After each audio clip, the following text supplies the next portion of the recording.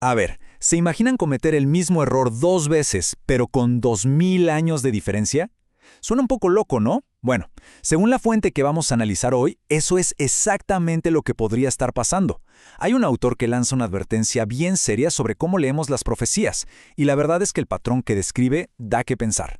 Así que vamos a meternos de lleno a desmenuzar este argumento. Y aquí la tiene. Esta es la frase que es, digamos, el motor de todo este análisis. Es una idea súper potente, ¿verdad? Nos dice, ojo, cuidado con tropezar con la misma piedra. Básicamente nos invita a usar la historia como un espejo para entender lo que podría estar pasando hoy. Ok, empecemos por el principio.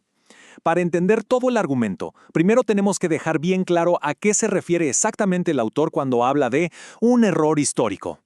Porque créanme, este concepto es la pieza clave de todo el rompecabezas. Y fíjense, lo interesante aquí es que no se trata de un simple despiste o de no haber leído bien. No, el autor lo define como algo mucho más profundo. Es esa tendencia, muy humana por cierto, de armar nuestras creencias a la medida de lo que nos gusta, de lo que nos conviene o nos hace sentir cómodos, en vez de apegarnos a lo que el texto dice, sin más.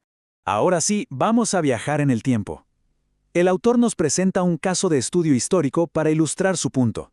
Y es fascinante, porque se enfoca en el tremendo abismo que había entre lo que la gente esperaba del Mesías y lo que, según él, las profecías habían dicho que sería. Y aquí es donde la cosa se pone buena. Y miren este contraste, es brutal.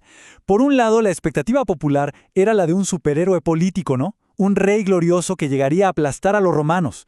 Pero por otro lado, el autor nos dice que las profecías pintaban un cuadro totalmente distinto. Hablaban de un siervo, de alguien que sufriría para lograr una redención espiritual. La batalla no era contra Roma, era contra el pecado. Uf, esta frase lo resume todo a la perfección.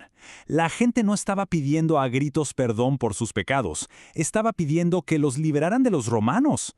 Su necesidad más urgente era política. Y esa urgencia, según el autor, fue tan grande que opacó por completo el mensaje espiritual de las profecías. Es como si estuvieran esperando un león y apareció un cordero, y simplemente no lo pudieron ver. Claro, y esto tuvo unas consecuencias tremendas. Es que, al final, se quedaron solo con los pedacitos de las profecías que les gustaban, las que hablaban de gloria y poder. Ignoraron todo lo demás. Y lo más loco es que hasta sus propios discípulos, los que andaban con él todos los días, estaban metidos en esa misma idea. Esperaban un reino aquí, en la tierra. Por eso, cuando lo crucificaron, todo su mundo se vino abajo. Fue una confusión total para ellos. Ok, entonces, ¿qué fue exactamente lo que ignoraron? El autor nos dice que no eran textos ambiguos.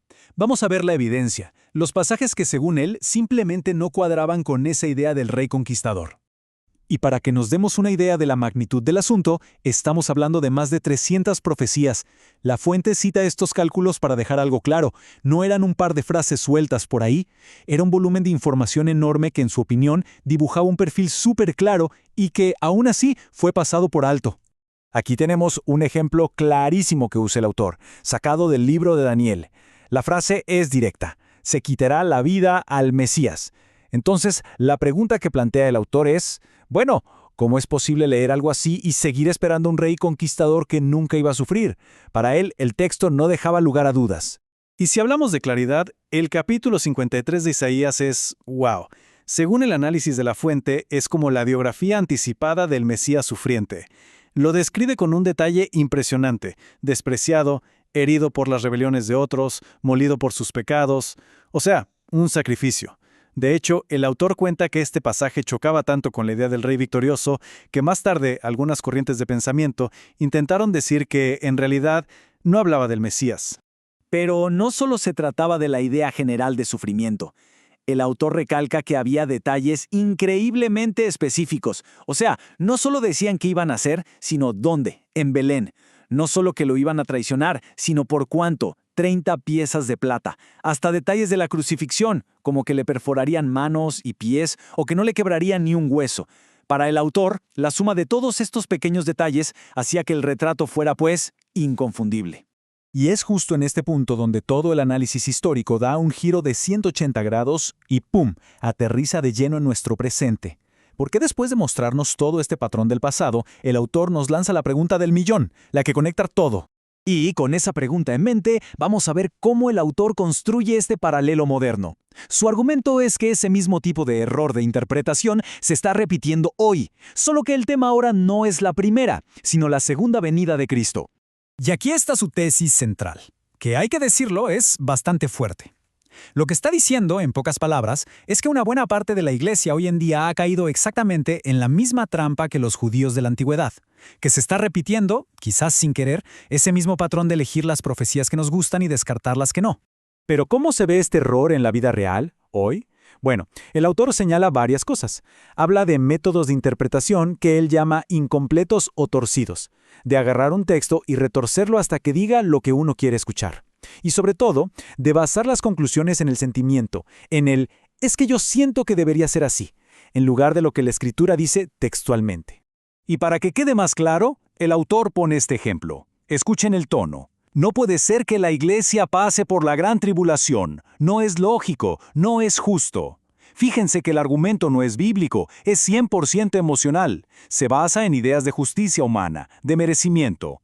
Para el autor, esto es un calco de la mentalidad de hace 2000 años que decía un Mesías sufriente. Imposible, no es lógico. Bueno, después de pintar este panorama un poco preocupante, ¿qué propone el autor? ¿Hay una salida? Sí. Y la parte final de su argumento es justamente eso, una invitación a cambiar por completo la forma en la que nos acercamos a los textos.